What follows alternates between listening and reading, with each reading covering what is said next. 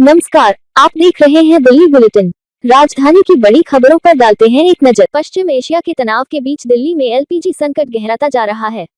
Cylinder की कीमत 3,000 से 4,500 रुपये तक पहुंच गई है और एजेंसियों पर लंबी कतारें लग रही हैं।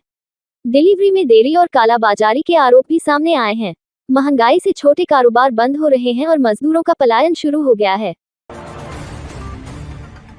उत्तर पूर्वी दिल्ली के भजनपुरा में इमारत की पार्किंग में आग लगने से अफरा तफरी मच गई। जान बचाने के लिए 4 लोगों ने पहली मंजिल से छलांग लगा दी और घायल हो गए। दमकल की टीम ने समय रहते आग पर काबू पाकर कई लोगों को सुरक्षित बाहर निकाला। मध्य पूर्व के तनाव का असर अब दवाओं पर दिखने लगा है। एक्टिव फार्मास्यूटिकल इंग्रेडिएंट्स की कीमतें 15-20% तक बढ़ गई हैं। फिलहाल पुराने स्टॉक से राहत है, लेकिन आने वाले समय में 100 से ज्यादा दवाएं और मेडिकल सामान महंगे हो सकते हैं। नोएडा इंटरनेशनल एयरपोर्ट के शुरू होने से एगी एयरपोर्ट पर दबाव कम होगा।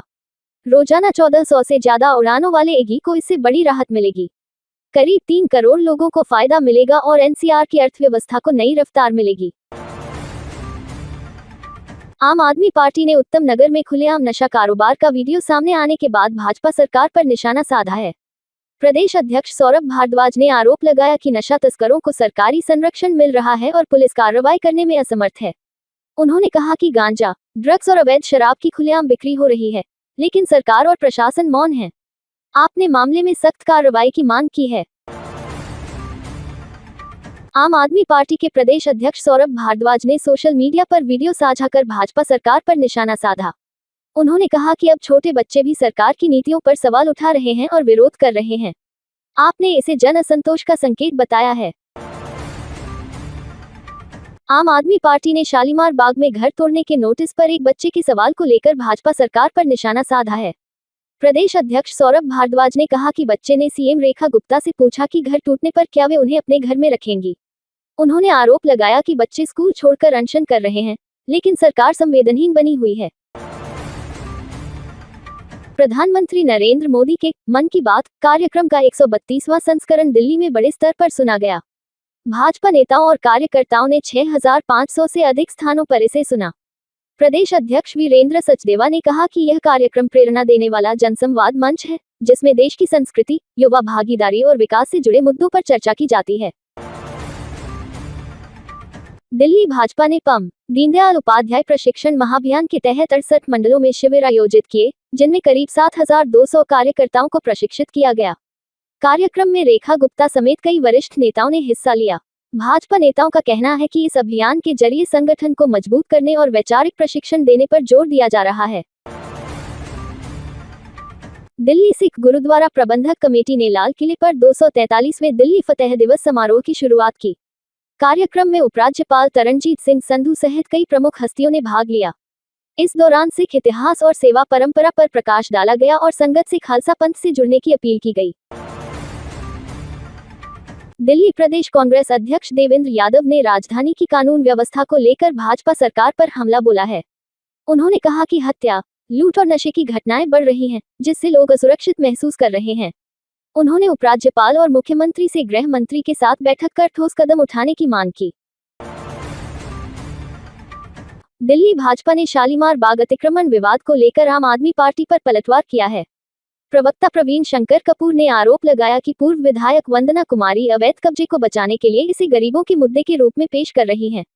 उन्होंने कहा कि सड़क और अस्पताल पहुंच के लिए अतिक्रमण हटाना जरूरी है और मामला फिलहाल अदालत में लंबित है।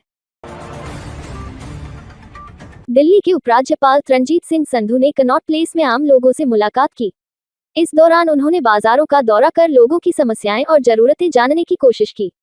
ये दौरा प्रशासन और जनता के बीच संवाद बढ़ाने के उद्देश्य से किया गया। ट्रांसजेंडर समुदाय ने संशोधन बिल के खिलाफ जंतर मंतर पर विरोध प्रदर्शन किया। प्रदर्शनकारियों का आरोप है कि यह बिल उनके अधिकारों को कमजोर करता है। राजधानी में बसों की कमी को लेकर डीटीसी 1 साल का अध्ययन कराएगा। आईआईटी दिल्ली की मदद से अप्रैल 2027 तक रिपोर्ट तैयार होगी, जिसके आधार पर नई योजनाएं बनेंगी। दिल्ली में 100 वर्ग मीटर से बड़े प्लॉट पर वर्षा जल संचयन सिस्टम अनिवार्य किया गया है। नियम तोड़ने पर 50,000 रुपये तक जुर्माना लगेगा। दिल्ली में AQI 184 दर्ज किया गया, जो मध्यम श्रेणी में है। मौसम विभाग ने तेज हवा और बारिश का येलो अलर्ट जारी किया है, जिससे तापमान में गिरावट आएगी। LPG महंगा होने से सरोजिनी नगर, करोल बाग और लाजपत नगर जैसे बाजारों में खाने पीने की दुकानें बंद हो रही हैं। छोटे दुकानदारों का कारोबार प्रभावित हो रहा है। इंदिरा गांधी एयरपोर्ट पर CISF, NSG और दिल्ली पुलिस ने संयुक्त मॉक ड्रिल कर सुरक्षा तैयारियों को परखा।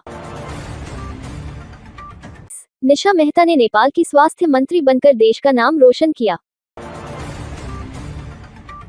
दिल्ली प्रौद्योगिकी विश्वविद्यालय ने कचरा निपटान के लिए नई गाइडलाइन जारी की। शिक्षा निदेशालय ने नए सत्र में निजी स्कूलों को फीस न बढ़ाने के निर्देश दिए हैं। साथ ही स्कूल स्तर पर फीस रेगुलेशन कमेटी के गठन को भी अनिवार्य बताया गया है। ये निर्देश दिल्ली हाई कोर्ट के आदेश के आधार पर जारी किए गए हैं, ताकि अभिभावकों पर आर्थिक बोझ न बढ़े। बच्चे खेल के बजाय गैस एजेंसी के बाहर सिलेंडर की रखवाली कर रहे हैं। दिल्ली खेल महाकुंभ 2025-26 में हॉप्स अकादमी की गर्ल्स टीम और हॉप्स फुटबॉल क्लब ने क्रमशः विजेता और उपविजेता ट्रॉफी जीती। यशोभूमि, द्वारका में आयोजित समारोह में मुख्यमंत्री ने शिक्षा मंत्री आशीष सूद, सचिव संजीव आहूजा और शिक्षा निदेशक वेदिका रेड्डी की मौजूदगी में ट्रॉफी प्रदान की।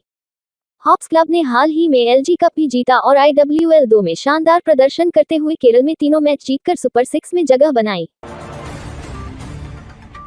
IP विश्वविद्यालय में चल रहे international film festival of Delhi में बड़ी संख्या में युवा और फिल्म प्रेमी पहुंच रहे हैं। कार्यक्रम में सोनू निगम और दिव्या दत्ता जैसे कलाकारों ने मास्टर क्लास दी।